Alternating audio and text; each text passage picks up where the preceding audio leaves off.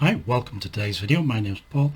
So this week, well actually this year, the beginning of this year, 2021, I decided that I was going to do more practice in drawing human figures. Partly because I wanted to be able to paint cityscapes as well as landscapes. Now with a landscape, you can get away without having any human figures in the landscape, and it looks fine, it looks normal. It's more difficult, of course, to do a cityscape without any people because that's not so normal. It sort of starts to look a bit dystopian. I guess if you did nighttime cityscapes, maybe it would be okay, but you'd be very limited in scope that way. So anyway, yeah, I wanted to learn, or I wanted to become more confident drawing human figures. Of course, like a lot of ideas and New Year's resolutions and stuff, it never happened. So I thought, well, we're into July. We're more than halfway through the year. If I'm going to do this, I need to get started. So I decided to do one of these sort of art challenges. And this one is called something like 100 people in 1 week, or sketching 100 people in 1 week. And it is sketching. It's not detailed academic style drawing, which first of all I couldn't do, and even if I could, I doubt I'd be able to do 100 of them in 1 week. So this is sort of sketching. It's just, I'm looking at it as a sort of an introduction, a way of building up more confidence in drawing people. And a lot of it is just about confidence. If you're confident when you're making marks, or if you're putting paint down onto the paper, inevitably or usually it tends to look better than if you're hesitant or unsure of yourself. At least that's what I've found. So like I say, it's a confidence building exercise. It's also a slightly scary thing to do because I don't know about you, but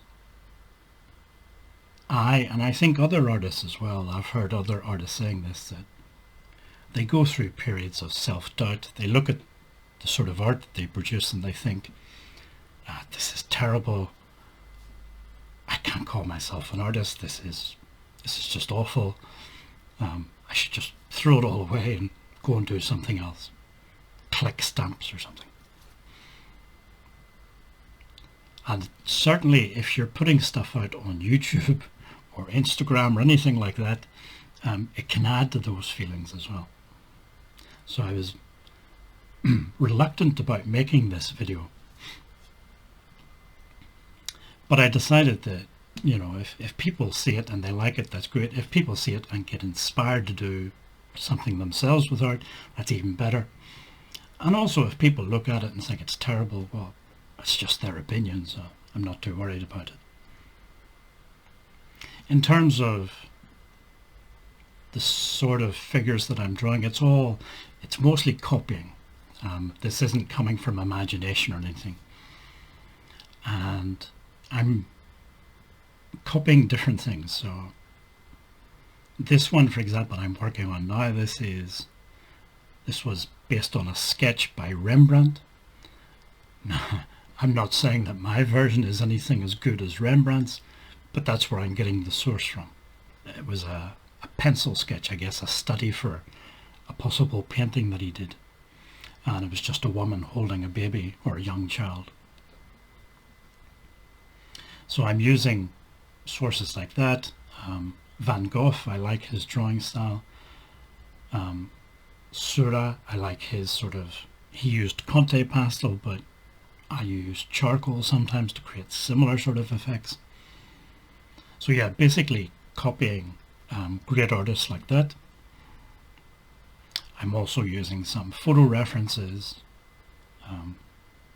some video references, and I hope to, it depends on the weather and things and other restrictions, but if I can get out and sketch in the street, then I'll try that as well. The only thing with sketching real people moving around in a real city is you only have a few seconds to get a few marks down. So sometimes it's not even a sketch, it's like a gesture drawing. It's just a few lines, a few quick marks. But that again can be good for building up confidence. And also you can study the way people move. You can't do that, of course, with photo references or copying a sketch by Rembrandt or something. You have to actually see people moving to understand that. So how do the legs move when someone's walking? What about the feet and things like that? So I think observing from nature, if you like, from actual people is also a good thing. This is just a montage of some of the things I've done. You can see quite a few of them are just quick, almost cartoon-like sort of pencil sketches. Some are a bit more finished. I would imagine that to get 100 of them done in a week or so, they're going to be looser and rougher, and there won't be so many finished sketches.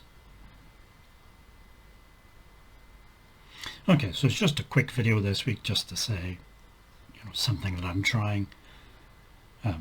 If you'd like to try something else, just Google something like sketching 100 people in 1 week, and you'll find lots of YouTube videos and blog posts and things on that. It is a sort of bona fide art challenge, if you like. It's not just something I've made up.